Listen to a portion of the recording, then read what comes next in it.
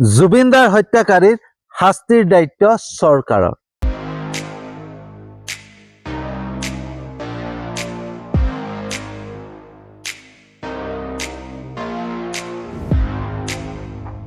Good evening বন্ধুসকল, শুভ সন্ধ্যা। তো বন্ধুসকল, অসম চৰকাৰে জুবিনদাৰ হত্যাৰ তদন্তৰ বাবে এখন SIT গঠন কৰিছিল আৰু সেই SITয়ে সকলো তদন্ত প্ৰক্ৰিয়া সম্পূৰ্ণ কৰি সকলো চাৰ্জশ্বিট ন্যায়ালয়ত দাখিল কৰিছে, আদালতত দাখিল কৰিছে আৰু এতিয়াৰ পৰা আৰম্ভ হ'ব ন্যায় প্ৰক্ৰিয়া, ন্যায় বিচাৰ।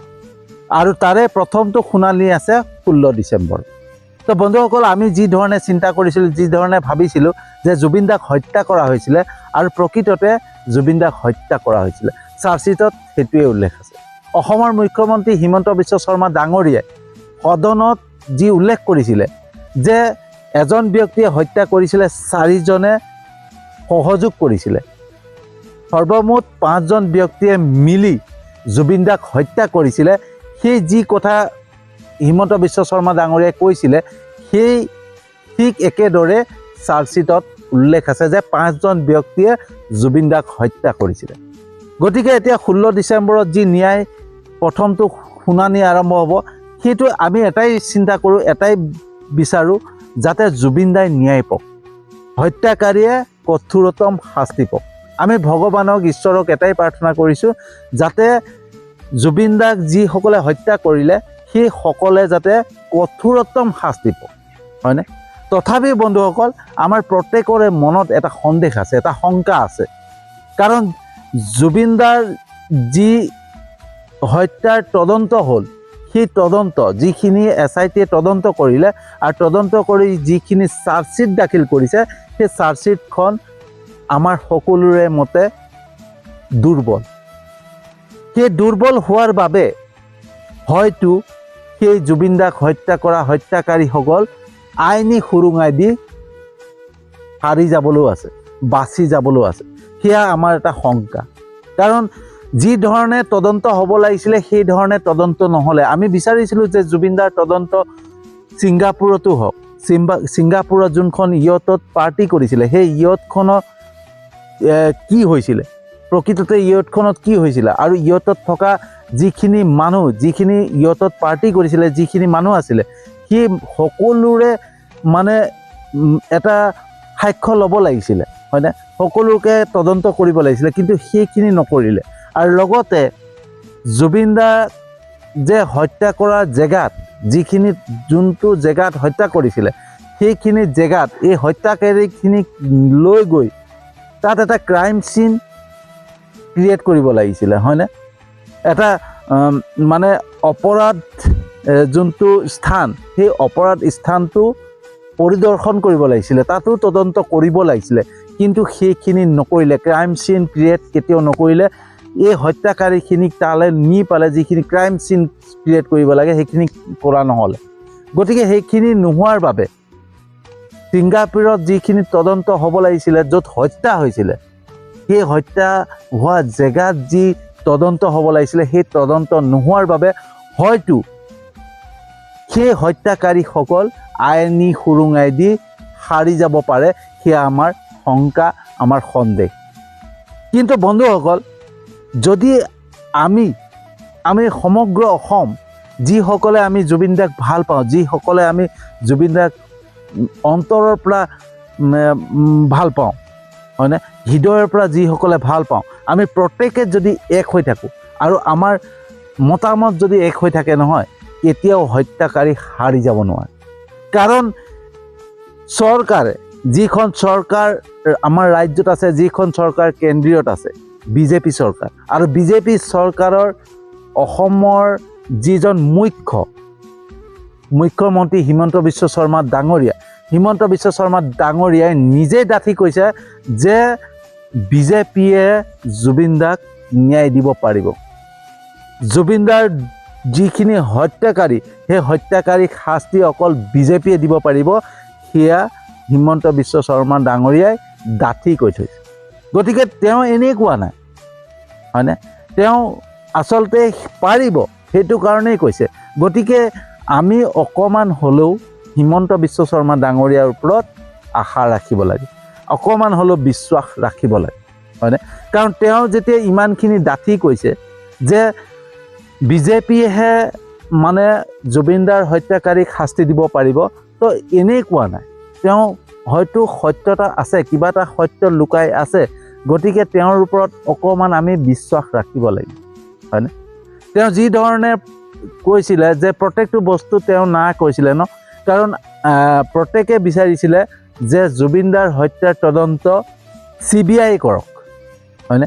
CBIৰ হাতত অৰ্পণ কৰিবৰ কাৰণে সকলোৱে আমি মানে প্ৰতিবাদ কৰিছিলোঁ, সকলোৱে কৈছিলে, প্ৰত্যেকে কৈছিলে যে CBIক হস্তান্তৰ কৰিব লাগে জুবিনদাৰ তদন্ত, জুবিনদাৰ হত্যাৰ তদন্তৰখিনি সকলোখিনি CBIক তদন্ত কৰিবলৈ দিব লাগে, CBIৰ হাতত হস্তান্তৰ কৰিব লাগে।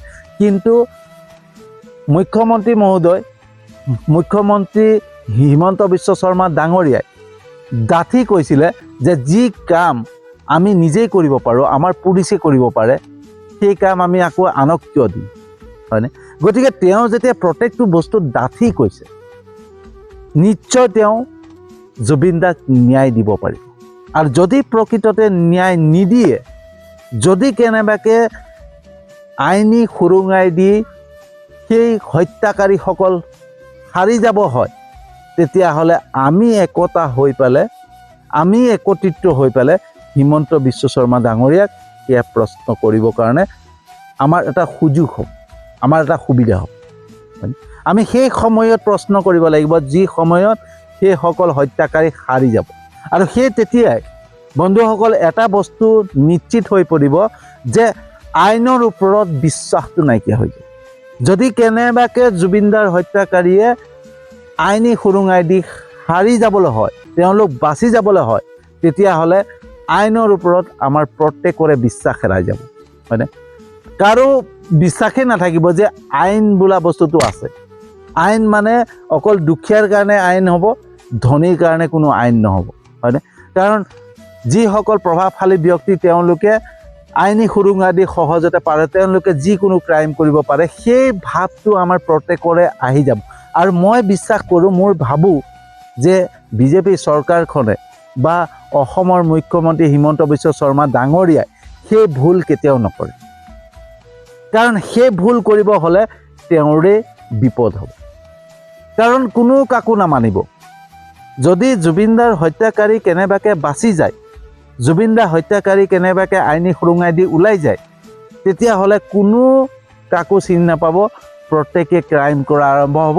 আৰু প্ৰত্যেকে যেতিয়া ক্ৰাইম কৰিব, তেতিয়া এই দেশখন, এই ৰাজ্যখন অশান্তময় পৰিৱেশ হৈ পৰিব। আৰু যেতিয়া অশান্তময় পৰিৱেশ হৈ যাব, তেতিয়া তাৰ বাবে দায়ী কোন হ'ব, তাৰ বাবে দোষী কোন হ'ব? অসমৰ মুখ্যমন্ত্ৰী হিমন্ত বিশ্ব শৰ্মা ডাঙৰীয়া। গতিকে অসমৰ এজন মুখ্যমন্ত্ৰী যি মুখ্য আসনত বহি আছে, তেওঁৰ ইমানখিনি বিবেক নাইকিয়া নহয় যে সেই ভুল কৰিব। তেওঁ সেই ভুল কেতিয়াও নকৰে যে এই হত্যাকাৰীকেইটা, এই পাখণ্ডকেইটা, এই নৰপিশাচকেইটা যাতে বাচি যায়, হয়নে? তেওঁ যেনে হ'লেও কিবা এটা প্ৰক্ৰিয়া কৰি ন্যায় দিয়াব জুবিনদাক আৰু হত্যাকাৰীক শাস্তি দিব।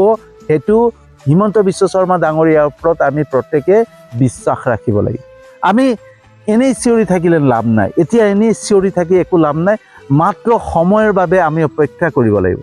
আৰু যেতিয়া সময় আহিব, সময়ত এৰিব লাগে বুলি কয় ন, সেই সময়ত শৰটো এৰিব লাগে। এতিয়া আমি এনেই আবুল তাবুল বকি থাকিলে কোনো লাভ নহয়। আৰু যদি প্ৰকৃততে হিমন্ত বিশ্ব শৰ্মা ডাঙৰীয়াই দেখুৱাই দিয়ে যে মই যেনেকৈ কৈছিলোঁ তেনেকৈ কাম কৰি দেখুৱালোঁ, মই যেনেকৈ কৈছিলোঁ যে হত্যাকাৰীয়ে শাস্তি পাব, সঁচাকৈ শাস্তি দিয়ালোঁ, তেতিয়া আমাৰ সেই মুখখন ক'ত থাকিব? আমি যি মুখেৰে হিমন্ত বিশ্ব শৰ্মা ডাঙৰীয়াৰ বিষয়ে বেয়াকৈ কৈ আছোঁ, হয়নে? আমি গালি গালাজ পাৰি আছোঁ, সেই মুখখন আমাৰ ক'ত থাকিব? আমাৰ মুখত আমি নিজে থাপৰ মৰা নহ'বনে? যিজন ব্যক্তিয়ে কৈ আছে, আনকি সদনতো কৈছে যে জুবিনদাক হত্যা কৰিছিলে 5জন ব্যক্তিয়ে, তাৰে এজনে হত্যা কৰিছে, 4জনে সহযোগ কৰিছে, ইমানখিনি হিমন্ত বিশ্ব শৰ্মা ডাঙৰীয়াই কোৱাৰ পিছত আকৌ যেনেকৈ চাৰ্জশ্বিট দিব লাগে তেনেকৈ চাৰ্জশ্বিট দাখিল কৰিব লাগে তেনেকৈ চাৰ্জশ্বিট দাখিল কৰিলে ইমানখিনিলৈকে কৰি দেখুৱাল আৰু আজিলৈকে হিমন্ত বিশ্ব শৰ্মা ডাঙৰীয়াই যেনেকৈ কৈছিলে যে যেতিয়ালৈকে মানে ন্যায় প্ৰক্ৰিয়া শেষ নহয় তেতিয়ালৈকে তেওঁলোকক জেলত ৰাখিব প্ৰত্যেকে জেলতে আছে লাগিলে জেলৰ ভিতৰত যিমানেই ৰাজসুখত নাৰাখক আমি যদি ঘৰৰ ভিতৰত বন্ধুসকল এটা কথা চিন্তা কৰক আমি যদি ঘৰত মাছে মাংসই চব দি সুন্দৰকৈ ৰাখেও নহয় আমি ঘৰৰ ভিতৰত সোমাই খুব বেছি এসপ্তাহ বা 10 দিনলৈকে থাকিব পাৰিম আমিও ঘৰৰ ভিতৰত সোমাই থাকিব নোৱাৰোঁ হয়নে আমি বাহিৰৰ জগতখন বিচাৰিমেই বাহিৰৰ জগতত ওলাবৰ বিচাৰিমেই হয়নে তো আমি এটা কোঠাত যদি 2-3 দিনো থাকিব নোৱাৰোঁ তেতিয়াহ'লে আজি ইমান দিনলৈকে সেই জেলৰ ভিতৰত সেই সকলে যিমান ৰাজঅতিথ্য দি নাৰাখক লাগিলে তেওঁলোকে সেই জেলৰ ভিতৰতে আছে তেওঁলোক শান্তিত থকা নাই অশান্তৰ মনতে আছে হয়নে তো আমি সেইটো অলপ হ'লেও সেই বিশ্বাসকণ হিমন্ত বিশ্ব শৰ্মা ডাঙৰীয়াৰ ওপৰত ৰাখিব লাগে যে তেওঁ যি কৰিম বুলি কৈছে সেই কৰি আছে যিমানেই নহওক তেওঁলোক জেলত আছে আৰু এতিয়ালৈকে যিখিনি কৰিম বুলি কৈছিলে কৰি আছে আৰু আগলৈকো সেয়াই কৰিব বুলি সম্পূৰ্ণ বিশ্বাস ৰাখিব লাগে হয়নে কাৰণ হিমন্ত বিশ্ব শৰ্মাই যেনেকৈ কৈছে তেনেকৈ হৈ গৈ আছে বস্তুবিলাক হয়নে গতিকে তেওঁৰ সকলো কথা জানে তেওঁৰ হাতত সেইখিনি পাৱাৰ আছে সেইখিনি শক্তি আছে যে জুবিনদাৰ হত্যাকাৰীক শাস্তি দিব গতিকে আমি আমুকত তদন্ত নহ'লে তামুকত তদন্ত নহ'লে সেইটো চিন্তা কৰাতকৈ আমি এটাই বিশ্বাস ৰাখিব লাগে হিমন্ত বিশ্ব শৰ্মা ডাঙৰীয়া কাৰণ হিমন্ত বিশ্ব শৰ্মা ডাঙৰীয়াৰ মুখখনত যি ক'লে মুখৰ পৰা হিমন্ত বিশ্ব শৰ্মা ডাঙৰীয়াৰ মুখৰ পৰা যিখিনি ওলালে সেই বাণী এটা সাধাৰণ বাণী নহয় শক্তিশালী বাণী হয়নে কাৰণ এজন অসমৰ মুখ্য চকীত বহি থকা মানুহ হয়নে গতিকে তেওঁ যেতিয়া যিখিনি কথা কৈছে সেইখিনি কথাত পাৱাৰ আছে আৰু যদি পাৱাৰ নাথাকে যদি কেনেবাকৈ তেওঁলোকে মানে আইনী সুৰুঙা দি হাৰি যায় কেনেবাকৈ ওলাই যায় তেতিয়াহ'লে তাৰ পিছৰ পৰিস্থিতিখিনি কি হ'ব সেয়াও মুখ্যমন্ত্ৰী মহোদয়ে জানে হিমন্ত বিশ্ব শৰ্মা ডাঙৰীয়াই সেয়াও জানে এটা যে অশান্তময় পৰিৱেশ হ'ব আৰু কোনোৱে এই আইনৰ ওপৰত বিশ্বাস নাৰাখিব আৰু প্ৰত্যেকে যে মানে অপৰাধত লিপ্ত হৈ যাব সেই কথা হিমন্ত বিশ্ব শৰ্মা ডাঙৰীয়াই জানে গতিকে হিমন্ত বিশ্ব শৰ্মা ডাঙৰীয়াৰ ওপৰত আমি বিশ্বাস ৰাখিব লাগে আৰু সেইকাৰণে মই কৈছোঁ যে জুবিনদাৰ হত্যাকাৰীৰ শাস্তিৰ দায়িত্ব চৰকাৰৰ কাৰণ চৰকাৰে নিজে সেইখিনি হাত পাতি লৈছে হয়নে বিজেপি চৰকাৰখনে নিজে হাত পাতি লৈছে যে বিজেপি চৰকাৰেহে জুবিনদাৰ মানে হত্যাকাৰীক শাস্তি দিব পাৰিব বুলি নিজেই স্বীকাৰ কৰিছে গতিকে যদি কালি কেনেবাকৈ হাৰি যায় তেতিয়াহ'লে তাৰ বাবে দায়ী কোন হ'ব আপোনালোকে নিজেই চিন্তা কৰক ইমানখিনি জনাৰ পিছত আমি এনেই চিঞৰি থাকি লাভ নাই মাত্ৰ আমি এটাই প্ৰাৰ্থনা কৰিব লাগে যে ভগৱানৰ ওচৰত এটাই প্ৰাৰ্থনা কৰিব লাগে যে সেই নৰপিশাচকেইটাই সেই হত্যাকাৰীকেইটাই শাস্তি পায় হয়নে সেইকেইটাই যাতে বাচি নাযায় শাস্তি পায় ভগৱানৰ ওচৰত আমি সদায় প্ৰাৰ্থনা কৰিব লাগে আৰু জুবিন দাই যাতে ন্যায় পায় হয়নে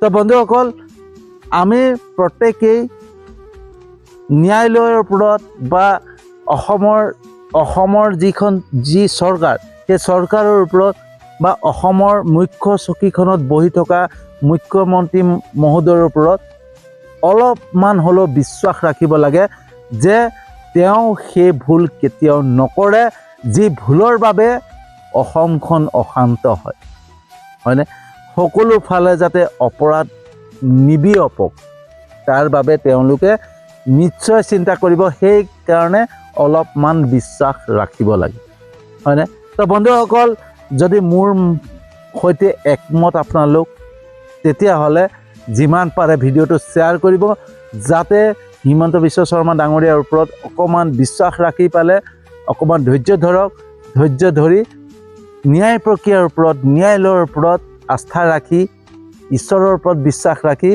আমি শান্তি মনে জুবিনদাৰ ন্যায় পাওক, জুবিনদাৰ হত্যাকাৰীয়ে শাস্তি পাওক, সেয়া প্ৰাৰ্থনা কৰিব লাগে।